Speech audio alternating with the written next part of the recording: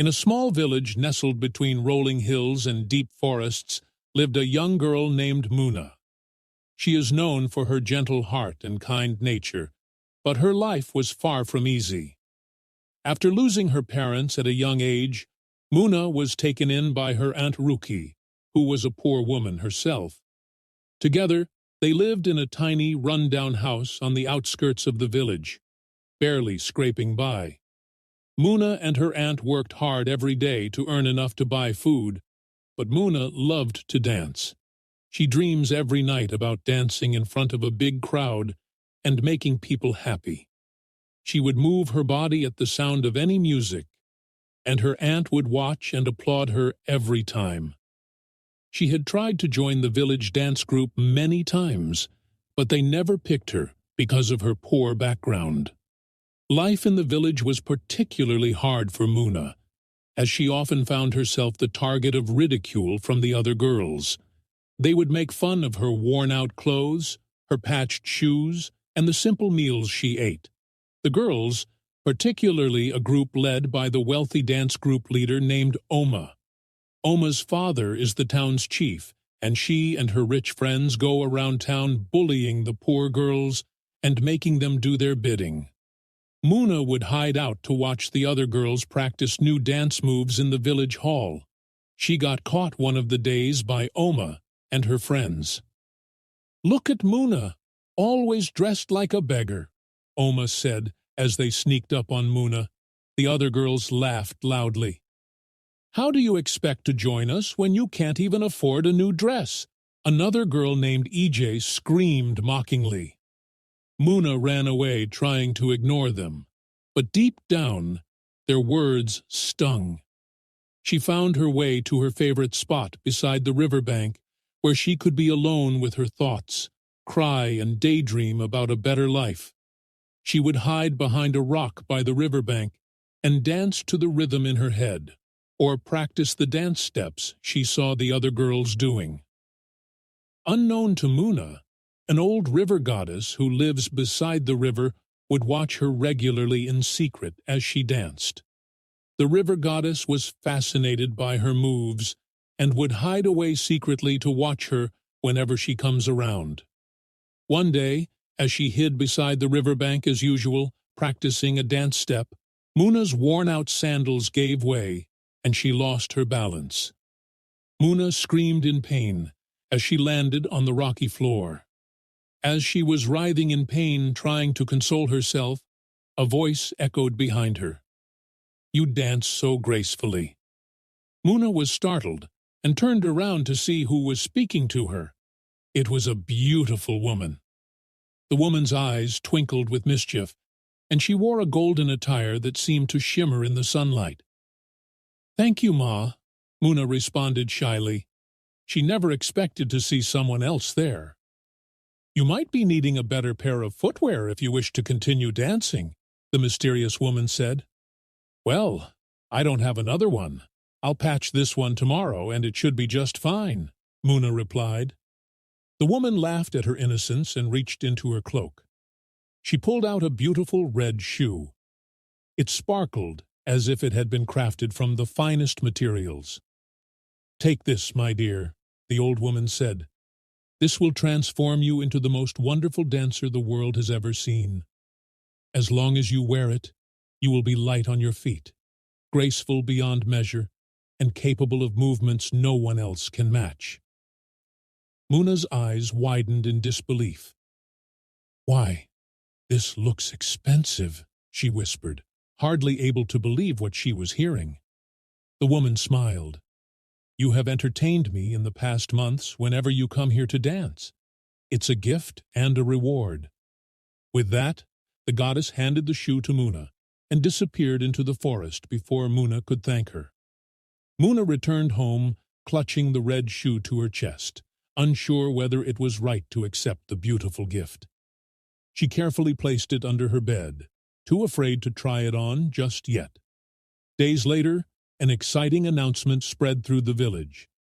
In preparation for the king's anniversary celebration, the king declared a grand dancing competition.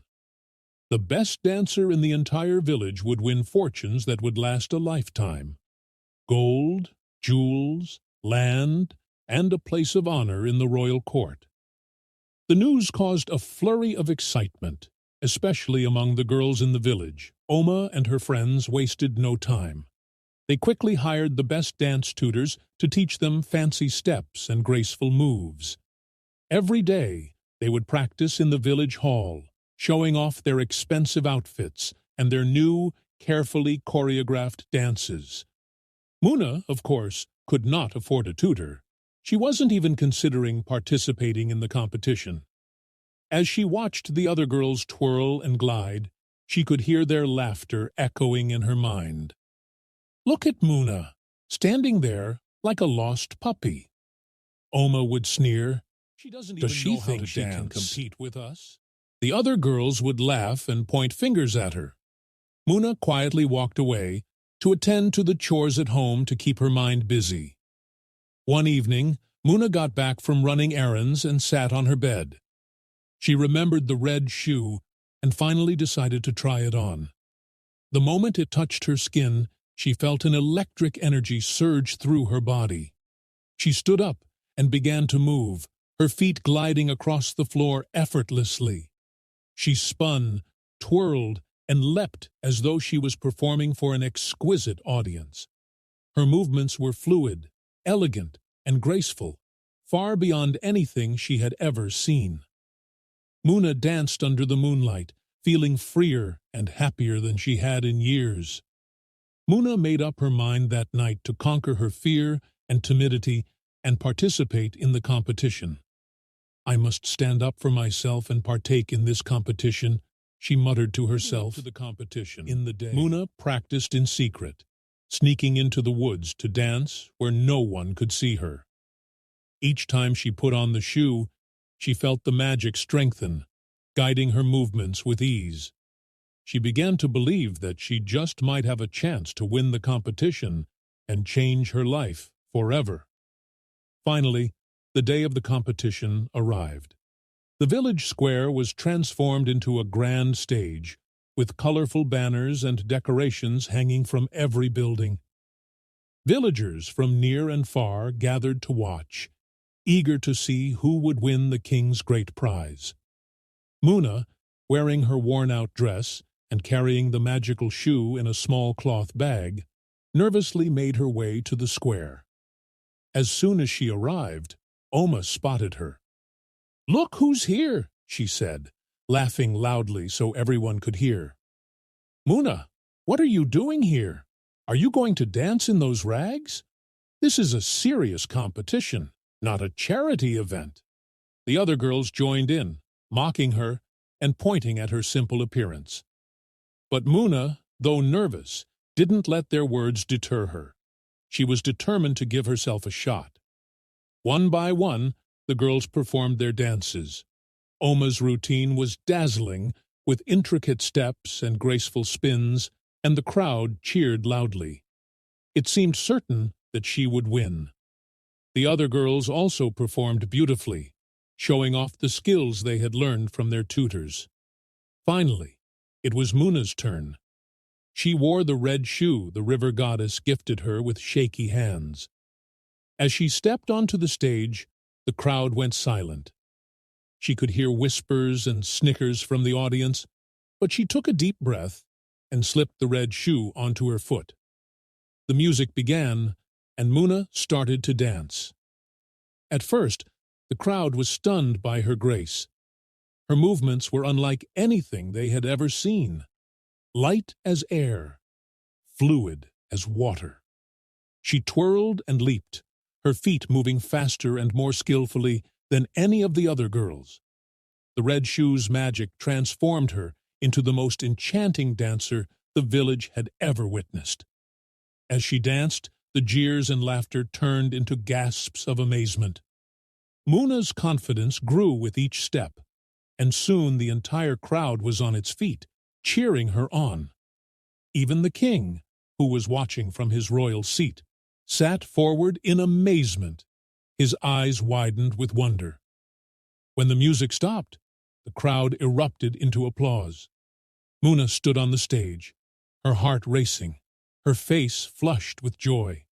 She had done it. She had shown everyone what she was capable of. The king rose from his seat and called Muna forward. "Young lady," he said, "I have never seen such grace and talent in all my years. You have won this competition, and with it, the fortune I promised." Muna couldn't believe her ears. Tears welled up in her eyes as the king handed her an ornate box filled with gold coins and jewels. Her life, and her aunt's life, would never be the same again. Oma, standing off to the side, was speechless. She and the other girls who had mocked Muna could only watch in stunned silence as Muna received her prize. They realized too late that anyone could become anything they put their mind to, even the girl she mocked daily. As Muna returned home that night, her heart filled with happiness, she met the goddess again by the path leading to her house. This time, Muna bowed deeply in gratitude. "Thank you," Muna said. "You gave me the chance to change my life." The goddess smiled kindly. "I knew you had it in you. Your spirit and your courage won today." With that, the goddess vanished once more, leaving Muna to return to her aunt with her newfound fortune. From that day forward, Muna and her aunt lived comfortably, and Muna continued to pursue her dreams without fear or timidity. Please subscribe our channel and hit the like button for more videos.